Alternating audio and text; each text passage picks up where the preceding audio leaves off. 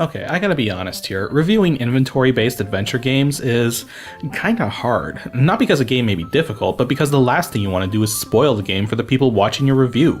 As such, today's Ancient DOS Games review of Teen Agent isn't gonna be very long. But don't take that to mean the game's terrible. In fact, it's actually pretty neat. It's just, I don't want to show too much and make the game less fun for any of you who want to try it out for yourselves.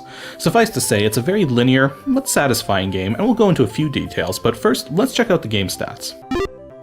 Teen Agent was developed by the Polish company Metropolis Software House and published by a variety of different companies depending on the region, though the English translation, which I'm playing here, was originally published by Union Logic in 1995. It's a one-player inventory-based adventure game featuring VGA 320x200 256 color graphics and support for multiple sound cards. Curiously, even though the game has Sound Blaster support, its Gravis Ultrasound support provides superior sound quality. Could be why Epic Mega Games is given special thanks in the credits, but I don't know that for certain. In any case, that's the sound mode I recommend you use. As for its current release date, it's been freeware for roughly a decade now, since around April of 2001, and the simplest place to go for a copy is the Good Old Games website at www.gog.com. And yes, even though 90-something% of the stuff there costs money, this game is one of the few that does not, so don't be afraid to download it and give it a try. Now, the story of this game is kind of ridiculous, but at least it makes sense. It starts with all these bank robberies taking place, where piles and piles of gold are just vanishing right before the eyes of security guards and cameras. Currently handling the case is a super secret government agency known as the RGB, which is in fact so secretive that its top executives don't even know what RGB stands for. Well, short of the obvious red, green, blue, but who would ever name their government agency that? So, desperately trying to find a way to solve this case, they decide to call in a fortune teller and have her pick a random name out of the phone book. That person will then be trained as a secret agent and sent to recover the gold and find out who's responsible. Yeah, it's such a bad idea that neither the fortune teller nor the RGB executive think it's gonna work. But they tried anyways, pick out the name Mark Hopper, and send him off to secret agent training camp, thus beginning the game. So the game takes place across three main areas: the Secret Agent Training Camp, a village not marked on any maps, and the mansion of the main antagonist, John Naughty. Each time you progress from one area to the next, you'll lose all of your inventory items you were carrying prior. So at least that's one thing you don't have to worry about in this game, is missing an item from one part of the game that you're going to need in the next. It doesn't happen here. In fact, actually playing the game is very easy. All actions are performed with the mouse. You simply left-click on anything you want to look at, and right-click on anything you want to use, talk to, pick up, etc. If you move the mouse to the very top of the screen for a moment, your inventory pops up. The same mouse buttons apply here too, with a left-click giving you information about an item and a right-click allowing you to use it. It's simple enough, though the one thing that will probably confuse new players for the first little while is that to cross from screen to screen, you actually have to right-click, because left-clicking simply looks at the passage, doorway, etc. that you could move through. And of course, this is all assuming right-handed mouse controls, so if your mouse is configured for your left hand, the buttons will obviously be swapped too. Most of the puzzles in this game aren't actually all that difficult, but a handful of them will require performing multiple actions in a row without doing other actions or waiting too long. Now, one big tip I'm going to give all of you right off the bat is to always try something multiple times if you can. Many of the people and objects you can interact with in this game will give multiple reactions each subsequent time you activate them, including some inventory items.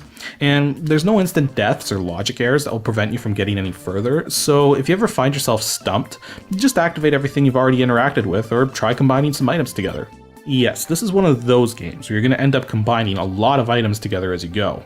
A couple of the first combinations you're going to do will be to spice up some crumbs with sleeping pills, and to attach a string to a grenade so you can pull it from a distance. As you progress though, the combinations do get a little trickier, though interestingly enough, once you get to the mansion, there's very little left to do in terms of combining items.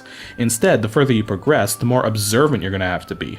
Items will get smaller, and there's even a couple of very unusual parts to the mansion, such as being able to put an item back where you got it from, and being able to hide off the edge of the screen. You also get a tube of super glue for the rest of the game once you reach the village, which greatly expands the potential for combining items, keeping in mind that the super glue will be used automatically when you try to attach two items together, and that there's really only one instance later on where you actually have to use the super glue on its own. The big drawback to this game, though, is that it's incredibly linear. Once you've beaten it, the only real reason you have to play it again would be to see how fast you can do it. And trust me, you could easily speedrun this game in under 30 minutes if you knew exactly where to go and what to do. I haven't actually tried this myself, but I imagine it's possible. You see, while recording the gameplay footage, I missed a particular part of the mansion right at the end, but I hadn't saved since near the end of the village segment of the game, and it only actually took about 6 or 7 minutes to do the entire mansion sequence over again once I knew how to do everything. Now, I've been told that many of the jokes in the original Polish version of this game didn't come across well in the translation, but ultimately, I think the jokes you're presented with work well enough. I think the only one I didn't get was when you open the fridge for the first time in the mansion and find some Arctic dude in there. There's a few spelling and grammar errors as well, but not so many that it detracts from the experience.